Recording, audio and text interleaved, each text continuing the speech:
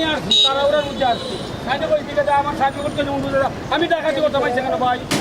তাইলে আপনারা কি আরম্ভ করছেন এগুলা? হবিগঞ্জের জেলা জুড়ে দিন দিন বেড়ে চলেছে মোটরসাইকেল দুর্ঘটনা। প্রায়ই শোনা যায় কত মায়ের আহাজারি, অকালে ঝরে যাচ্ছে মানুষের প্রাণ। আর এই দুর্ঘটনা রোধ করতে হবিগঞ্জ জেলা পুলিশ সুপার আক্তার হোসেনের নির্দেশনায় জেলা জুড়ে চলেছে প্রতিনিয়তই মোটরসাইকেল অভিযান। আজ হবিগঞ্জ এই শহরের প্রধান প্রধান রাস্তায় এসপি আক্তার হোসেন নিজে এ অভিযান পরিচালনা করেন। প্রায় শতাধিক মোটরসাইকেল আটক করে যাদের প্রয়োজনীয় কাগজ নেই তাদের গাড়ি আটক করে মামলা দেন। যাদের প্রয়োজনীয় কাগজ রয়েছে, হেলমেট নেই, তাদের হেলমেট কিনে এনে তারপর গাড়ি ছেড়েছে। তাছাড়া অতিরিক্ত গরমের জন্য বিশুদ্ধ পানি ও খাবার বিতরণ করেন রাস্তার সাধারণ মানুষদের মধ্যে।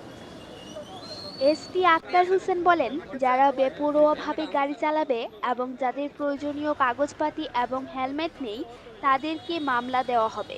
সেক্ষেত্রে কেউ ছাড় পাবে না। সব পেশার লোক থাকবে, কিন্তু আমার পুলিশও থাকবে। আমি তো বললাম যে পুলিশেরও কাগজপত্র গাড়ি না থাকে, তার পার্সোনাল গাড়ি হয়, সেটার বিরুদ্ধে মামলা হবে। তো হেলমেট কেউ রাস্তা বের হতে পারবে না, সে যেই হোক।